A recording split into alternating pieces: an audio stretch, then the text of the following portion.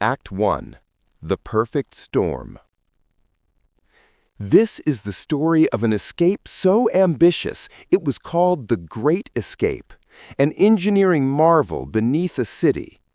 Our hero is a simple structural engineer, Rafael Pascual. Chile in the 1970s.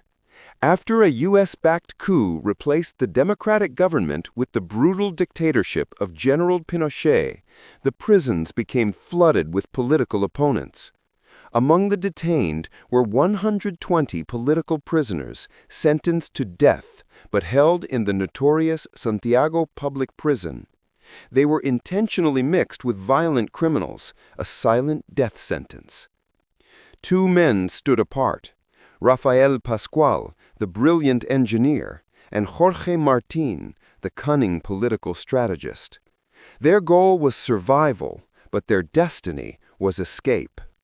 They planned an underground empire with lighting, ventilation, and even drainage systems. They managed two teams, one inside, one outside, and organized 50 prisoners. They thought of everything except two things. Act 2. The Strategic Deception. Pascual discovered the prison's critical flaw. The ground was calcareous, soft and easy to dig, and the cells were backed by a hidden utility corridor, the perfect starting point.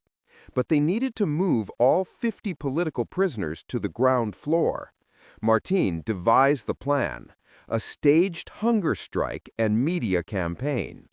Martin recruited a lawyer to coordinate the media coverage and negotiate.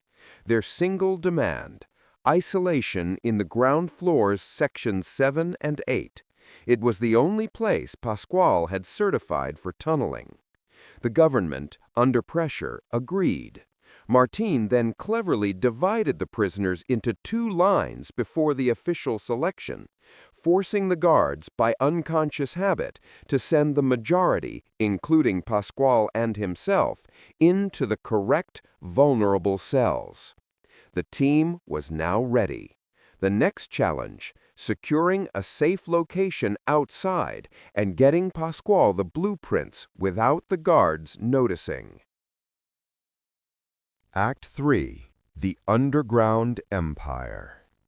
The outside team located a safe house, but Pascual vetoed it. A major sewage pipe ran beneath the path. One mistake, and the entire tunnel would be flooded, exposing the plan. With the new secret blueprint, Pascual calculated a path from Martin's cell under the city to an old train station 73 meters away. The excavated dirt, 51 tons of it, was stored on the prison roof. They built their empire with stolen tools and incredible organization. They even had a guitarist whose job was to play loud, passionate songs to mask the sounds of chisels and hammers during the day. The tunnel grew. They secretly wired up the maintenance room's electrical supply, bringing light and air compressors for ventilation. A master carpenter reinforced the tunnel with wooden supports.